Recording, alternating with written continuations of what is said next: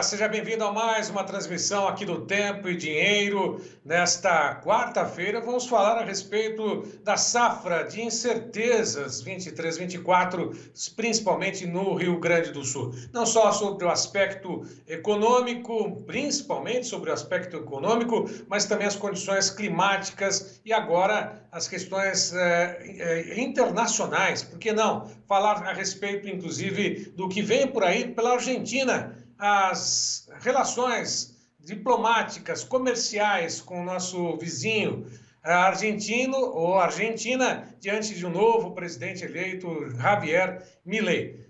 Sobre esses assuntos, destrinchar um pouquinho o que acontece principalmente no Rio Grande do Sul, que foi atingido duramente pelas chuvas das últimas semanas, dos últimos meses, depois de um período de longa estiagem, as chuvas que causaram tragédias, prejuízos ainda incalculados ou incalculáveis, na verdade, né? Nós vamos até Porto Alegre falar direto com o economista-chefe da Farsul, Antônio da Luz, que já está conosco, da Federação de Agricultura do Rio Grande do Sul. É um prazer tê-lo aqui conosco no Tempo e Dinheiro, doutor Antônio da Luz. Prazer é meu, Sérgio Braga. Que bom estar contigo, que bom estar com toda a audiência do Tempo e Dinheiro. Bom, começamos pelo aspecto interno, Rio Grande do Sul, Brasil.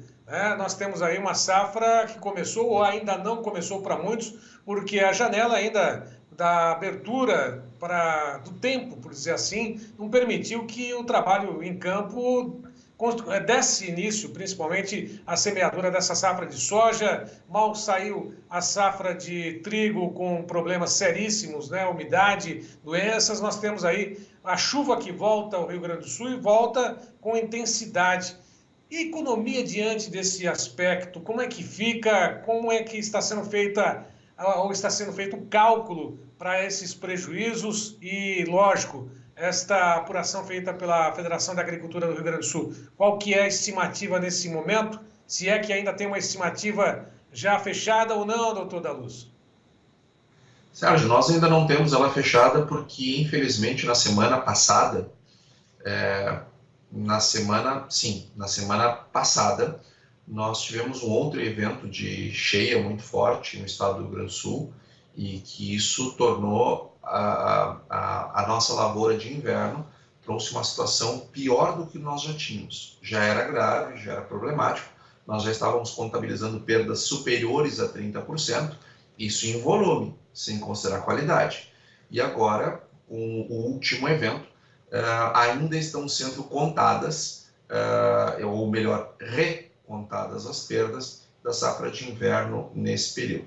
E não é só safra de inverno, não. Nós temos as minor crops, né, como se chama, as safras menores, como as hortifruti, os LFVs. Nós tivemos um resultado muito ruim, mas muito ruim. Eu diria que esse setor, que geralmente não é nem o que é mais falado, mais badalado, mas é o que mais está sentindo neste momento. O Rio Grande do Sul, Braga, os gaúchos estão tendo a sua resiliência testada, porque nós tivemos no início do ano perda por estiagem e agora estamos tendo perda por enchente. Olha só que maluquice. Isso é difícil de entender, difícil de acreditar, mas é o que está acontecendo. E olha que eu não sou daqueles que fica se queixando muito por variações, porque o agronegócio ele é feito de variações mesmo. Nós temos problemas de preço, temos volatilidade de preço. O clima nunca é bom em todo o país, nunca, nunca, nunca, nunca. Até a gente costuma brincar com os produtores, olha, quer tranquilidade, quer ter uma vida assim estável, quer viver com uma vida sentada no pudim, vai ser juiz, vai ser promotor, vai fazer concurso público, que lá a vida é tranquilaça, é tudo uma beleza. Agora, se você nasceu para ser agricultor, a gente precisa saber lidar com as adversidades. Só que o que está acontecendo não cabe, é algo muito diferente do que nós estamos acostumados, está muito além das variações que os produtores estão acostumados. Ter problema climático faz parte, ter variação de preço faz parte. Agora, isso não. Eu ter duas estiagens consecutivas e depois uma enchente dentro do mesmo ano da segunda, isso de fato ele é incomum. Agora, a boa notícia, Braga, é que esses produtores que estão sofrendo todo esse processo, estão sentindo na carne toda essa dor, eles não estão aí para brincadeira. Não? O produtor não está para brincadeira. O produtor está fazendo tudo que pode.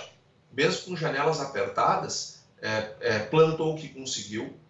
Algumas lavouras, e não são poucas, viu? São várias lavouras, em várias regiões do estado, estão sendo replantadas.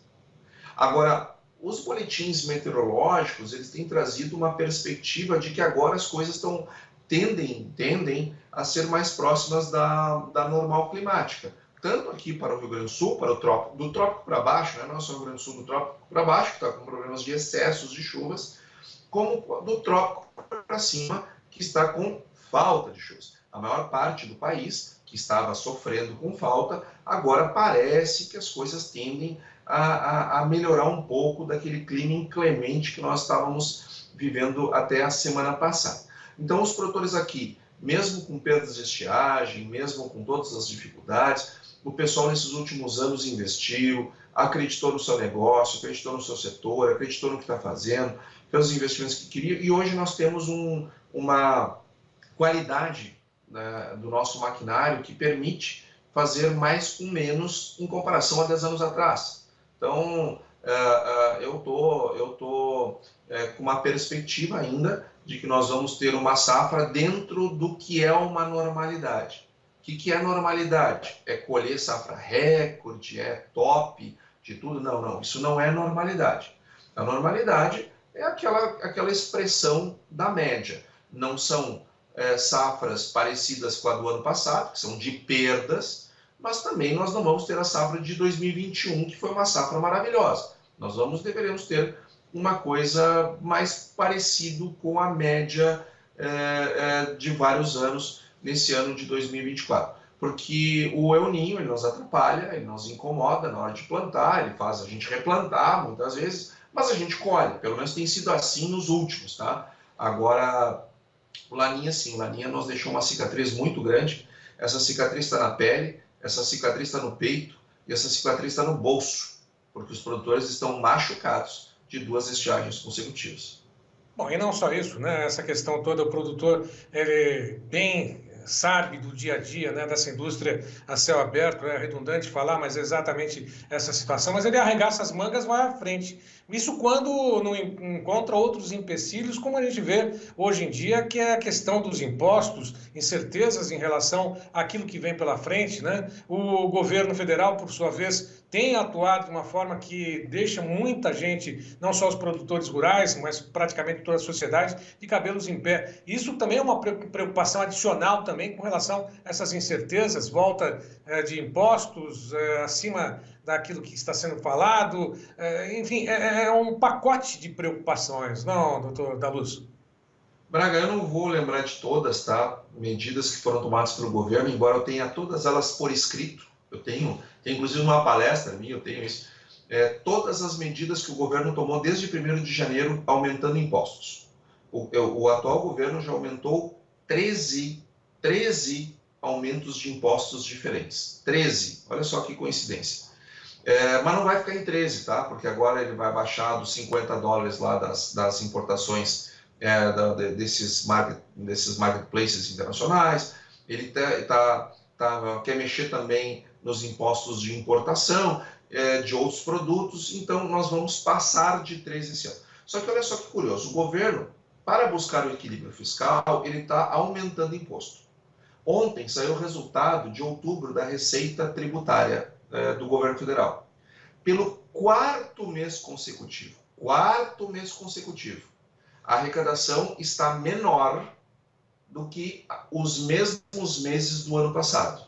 Eu vou repetir, pelo quarto mês consecutivo, o governo está arrecadando menos do que tinha arrecadado nos mesmos meses do ano passado, aumentando 13 impostos, tributos e medidas tributárias diferentes. Ou seja, aumentar impostos não é um caminho necessariamente para o aumento da arrecadação. Se o teu país está crescendo 6%, 8%, tu aumentar um imposto aqui ou acolá, seguramente você vai aumentar a arrecadação. Agora, sabe quantos brasileiros estão endividados, brasileiros adultos, Sérgio Braga. 74 milhões de brasileiros adultos estão inadimplentes. Sabe quanto que isso dá da população adulta brasileira? 45%. Como é que eu vou aumentar imposto num país assim? Como? Que é um gênio que tem uma ideia dessas. E aí, Sérgio Braga, eu trago a realidade para o outro lado. Nós fizemos superávit primário no ano passado. Nós estamos fazendo déficit esse ano. Em maio, o governo disse que o déficit seria 100 bilhões de déficit, o que é um escândalo. Isso é um escândalo. 100 bilhões de déficit é um escândalo. Ainda mais que ano passado fizemos superávit. Só que, em setembro, o governo revisou o cálculo para 150. Não, aliás, 145. Aumentou 45%. Olha o erro, né? 45% em poucos meses, de maio a setembro. Semana passada ele revisou de novo para 177. E o Banco Central diz, não é 177 não, é 203. Porque tu está colocando nas tuas contas o dinheiro não sacado pelos brasileiros do PIS/PASEP, que dá 25 bilhões. Que cria-se uma gincana para as pessoas não conseguirem buscar aquele dinheiro, aí sobra e o governo vai lá e pega. Só que isso é receita, mas não é receita primária. Então o que o governo está fazendo é contabilidade criativa. Já não é 177, já são 203 bilhões de déficit. Então, ou seja, quando o mercado olha para um país que está se endividando do jeito que nós estamos nos endividando, rapidamente, lembra, nós fazíamos superávit primário. Aí de 2014 até o ano retrasado eram déficits. Conseguimos fazer o superávit. Agora que era só manter, o governo afunda de novo as finanças públicas brasileiras. Rapidamente. Inventou esse arcabouço fiscal, que é uma coisa absurda. Nem isso o governo está conseguindo cumprir. E o Lula já disse que ano que vem não vai cumprir. Então, quando nós olhamos este cenário fiscal brasileiro, associado a um problema lá fora do Brasil, o mundo tende a entrar numa recessão. Então, nós deveríamos estar juntando dinheiro, organizando as finanças públicas do Brasil, para, se o mundo enfrentar uma recessão, nós termos espaço fiscal para reativar nossa economia. Mas não é isso que nós estamos fazendo. Nós estamos torrando dinheiro antes. Sabe aquela fábula, todos nós sabemos, da formiga e da cigarra? O governo brasileiro, neste momento, é a cigarra.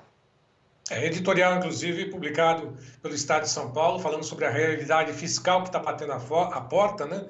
Essa questão da percepção sobre a situação fiscal. Está exatamente escancarada, só não enxerga quem não quer. A grande verdade é essa, né? E lembrando que, mais uma vez, se houver, e o que tudo indica, deve ocorrer mais uma alta na cobrança de impostos, né? Foram 13 até agora, provavelmente deve ultrapassar esse número, né? Quem vai pagar mais essa conta é aquele que mais trabalha e é aquele que mais contribui com a economia. Vai sobrecarregar ainda mais o produtor rural. Essa percepção, doutor Antônio da Luz? Sérgio, o governo não gera riqueza. O governo não gera riqueza, nem o brasileiro, nem o governo nenhum. Governos não geram riqueza. Se governos gerassem riqueza, não precisava cobrar imposto. Eles se manteriam da riqueza que geravam, certo? O governo não gera riqueza. Não é o papel do Estado gerar riqueza. Só que, se não gera riqueza, ele vai ter que cobrar imposto. Se ele cobra imposto, cobra de alguém. E é nós, da sociedade. E o agro tem sido chamado toda hora para pagar mais imposto. Toda hora. E isso acontece, por exemplo, o fertilizante, agora 1º de janeiro, vem para 3%. A alíquota de ICMS. Por exemplo, toda hora nós estamos pagando uma coisa nova. Fora as coisas que estão lá, por exemplo, no Supremo Tribunal Federal para discutir as questões dos defensivos, tem uma ação do PSOL lá, que caiu para o ministro Fachin, que assim, para surpresa de 0 pessoas, acolheu a demanda aquela do PSOL, e que se esse negócio, nós formos derrotados, vai para 25% de imposto. Ou seja, nós temos uma série de medidas sobre a nossa cabeça que nos preocupam bastante, e é bom que o produtor esteja atento a isso que está acontecendo. Braga, toda vez que o governo gasta mais do que arrecada, só tem um jeito de resolver o problema. Ou o governo aumenta imposto, ou ele se endivida. Só que se ele se endivida, lá na frente ele vai ter que aumentar imposto. Ou seja, Aumento de gasto gera aumento de imposto. A questão se é no curtíssimo, no curto, no médio ou no longo prazo. Mas que aumento de gasto gera aumento de imposto, isso não tem a dúvida. Por isso que nós não podemos ter nenhum tipo de paciência com governos perdulários. E fora isso, né, colocar a corda no pescoço de quem contribui, ou seja, você vai ter que pagar mais ainda, eu preciso de recursos e vai colocando a corda no pescoço de quem já contribui, né? Essa questão do marco temporal, desoneração da folha, esses vetos, principalmente da folha de pagamento, isso é algo que apunhala ainda mais a situação dos produtores da indústria como um todo, né, daqueles que pagam impostos não só no agronegócio, né, essa questão da desoneração, do veto também, isso não dá para entender aonde é que o governo atual quer chegar, doutor Antônio da Luz. Será que há algum caminho que a gente não sabe exatamente qual? Talvez tenha até uma fórmula que a gente não sabe qual é? Olha, eu acho que eles têm convicções em coisas que não funcionaram em lugar nenhum do mundo, mas eles continuam insistindo. Só que a última vez, o governo Lula II e o governo Dilma tomaram medidas muito parecidas como essas e afundaram o fiscal brasileiro. A consequência disso é que nós perdemos 10 anos da nossa história, nós tivemos uma década perdida por conta disso.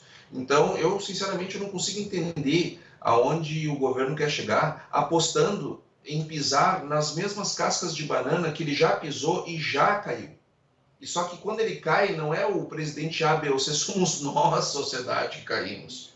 Somos nós. E não tem esse negócio, Sérgio, de eles e nós, eles da indústria, nós. Não, só tem nós. Só temos nós do agronegócio. Os produtores não vivem sem indústria, a indústria não vive sem produtores. No momento que eu reonero a folha de pagamentos de um setor de alimentos, por exemplo, todos nós somos prejudicados. Então, todos nós estamos pagando essa conta, nós como sociedade. Bom, agora falando um pouquinho dessa questão toda, que ainda tem certamente uma certa confiança ainda no Congresso Nacional, né, nos deputados que nos representam, que deveriam pelo menos nos representar nesse sentido, né, de tentar barrar todas essas questões voltadas a um desmando, a enfiar o Brasil e todos que estão aqui, né, pagando, né, vivendo no buraco. Nós temos aí as questões ainda contraditórias em relação à diplomacia externa. Não vou nem falar com relação ao Oriente Médio, mas sim às nossas portas, principalmente dos produtores do estado do Rio Grande do Sul, né, os argentinos, né, que tiveram uma escolha e fizeram uma escolha pela mudança. Javier Milei, né, que é considerado aí uma diferença, né, talvez possa implementar tudo aquilo que ele prometeu ou não, alguma coisa da campanha nem sempre é cumprida, mas Milei incomoda o agronegócio aqui no Brasil, porque já promete levantar chamadas retenções, né, e ser, na verdade, um concorrente mais ainda acirrado, direto aqui dos produtores do Brasil. Ele representa nesse futuro governo, que a gente não sabe exatamente quais são as medidas, um risco para o agronegócio brasileiro ou não, doutor Antônio da Luz? Sérgio Braga, primeiro, deixa eu só dizer da minha opinião sobre a Frente Parlamentar da Agropecuária. Eu acho que se não fosse a FPA, nós já teríamos sido patrolados de todo lado, de todo jeito. Então, acho que a FPA faz um trabalho muito bom. Nós temos lá, olha assim, oxalá, se todo o agro do mundo tivesse bancadas que defendesse o agro como nós temos a FPA. Então, eu tenho muito respeito e admiração pelos os deputados que defendem os interesses do agro brasileiro. Em que pese no Senado, com honrosas exceções, como o caso da ex-ministra Tereza Cristina, do Sérgio Moro, me falou o nome agora, aquele que se candidatou contra o Rodrigo Pacheco e perdeu, o Luiz Carlos Reins, nós temos o próprio Mourão, nós temos vários que nos defendem. Agora, em média, a maioria do Senado hoje ela é absolutamente submissa ao Supremo Tribunal Federal, o que é uma vergonha. Isso que aprovaram agora, parece que o Receita está dizendo, fui traído, isso não é nada. Isso não é absolutamente nada perto das arbitrariedades que estão acontecendo no Supremo Tribunal Federal. Nada. O que se aprovou agora não é nada perto do que é necessário. Agora, vindo para a questão da Argentina, eu não acho que o Javier Milei está fazendo algo contra o agro brasileiro. ele está fazendo algo a favor do agro argentino. O nosso ex-presidente, Carlos Esperotto, ele costumava dizer que nunca um governo brasileiro fez pelo agronegócio brasileiro algo melhor do que os Kirchners fizeram para o agronegócio brasileiro. De bom, porque eles acabaram com o agro argentino. E o Javier Milei vai tentar recuperar uma parte disto. E as retenções, elas são absurdas. É um absurdo um país cobrar imposto para exportar. O mundo briga por conta dos subsídios que um país bota no seu produto e vai concorrer de maneira desleal. Subsídio. A tributação na exportação é o contrário do subsídio. Então, enquanto o mundo inteiro briga contra os subsídios, os argentinos tributam, isso não faz o menor sentido. Agora, essa retirada das retenções, dependendo da forma como ela for feita, ela pode causar uma dor de cabeça muito grande aqui no agro brasileiro. Isso sim. Porque, se não vejamos, imagine uma retenções de 30%, para nós fazer conta. Lembrando que as retenções lá são móveis, né? Elas têm as regras de movimentação, mas bota lá, 30%. Digamos que o preço no Porto de Buenos Aires, em reais, tá? Está R$150. E tem lá 30% de retenções. Vamos botar 33% para facilitar minhas contas, R$50. Então, R$50 são as retenções. O produtor está recebendo quanto? 100. Se eu tiro as retenções, o produtor vai receber 150. Só que se ele não quiser vender a 150 para ter mais liquidez, se ele vender a 145, bom, o mundo vai comprar toda a soja da Argentina antes de comprar a brasileira. Então, e nós com todas as nossas dificuldades de armazenagem, de logística, essa coisa toda, então uma retirada abrupta das retenções, ela pode nos trazer sim uma dor de cabeça, ainda que temporária, ainda que por um ano só, ainda que só durante o período que a Argentina estiver vendendo no mercado nacional, mas traz uma dor de cabeça para nós sim. Agora, eu não acho que é o Javier Milei contra o agro brasileiro, mas o Javier Milei a favor do setor produtivo argentino. Quisera nós termos um presidente que se preocupasse conosco, como o Javier Milei está se preocupando com os deles. E exatamente a gente também torce, porque não pelos agricultores, pela Argentina, pelo futuro da Argentina, que já foi tão próspera no passado, né? Infelizmente entrou nessa espiral de decadência, né? Em função desses governos anteriores. É lógico, isso tudo tem que ser ponderado, a gente tem que saber que realmente o país hoje, o Brasil, a gente está caminhando para não retenções, mas para cada vez aumento maior, né, de impostos que se equiparam daqui a pouco 30%, 33% em alguns casos e aí talvez até mais. E fora a segurança jurídica, né? Essa questão do marco temporal também traz uma dor de cabeça muito grande. Os produtores do Rio Grande do Sul, especialmente, até porque há muitas incursões, né, de movimentos aí que se intitulam defensores da reforma agrária. Tudo isso ainda é um grande problema que não foi resolvido, muito menos, ao que tudo indica, vai ser resolvido nesse governo, não? Sérgio, nós temos sindicatos rurais filiados a nós que estão no norte do estado, e principalmente no norte, na região Planalto, mas também caindo para o noroeste, em permanente vigília, por conta do risco de pessoas que estão nas suas terras por gerações, 100 anos, 150 anos. Lembrando, o estado do Rio Grande do Sul é um estado mais antigo, é um estado de agricultura mais antiga. Nós temos famílias que estão nessas regiões há mais de 100 anos. Daqui a pouco tem um laudo antropológico dizendo que lá é uma terra indígena. Né?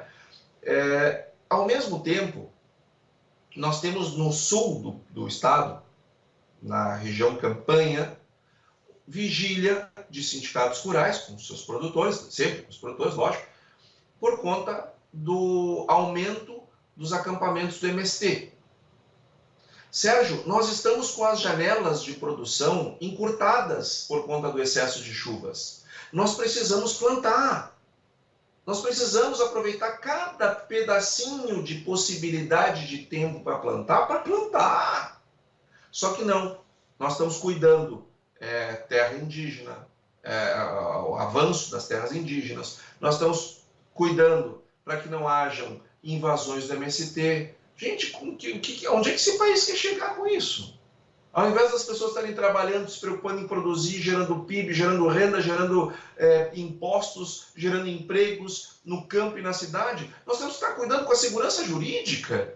Mas que maluquice é essa? Ou seja, eu costumo dizer um negócio, o governo não merece, o governo brasileiro, o Estado brasileiro como um todo, não merece os produtores que tem, definitivamente. Bom, o diagnóstico está aí, a doença está instalada, o diagnóstico é feito. Existe algo para ser combatido ou um remédio para essa situação toda? É viável, é possível, lógico, na sua visão, aos produtores do Rio Grande do Sul, em direção a todos os produtores desse Brasil? Doença instalada, diagnóstico feito, tem remédio, doutor Daluz?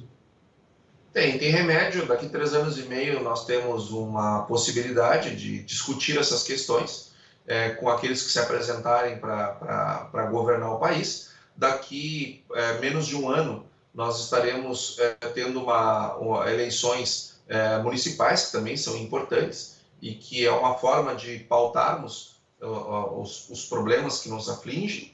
E no mundo político, o que nós temos que fazer é estar perto das entidades. É muito fácil o conforto da distância, nós temos que estar mais próximos das entidades. E não só apoiar, mas sim integrar e nos unir, porque senão as coisas ficam mais fáceis para quem quer ver o agro desmobilizado e separado. Acho que as pessoas precisam se unir em torno das suas entidades. E, além do mais,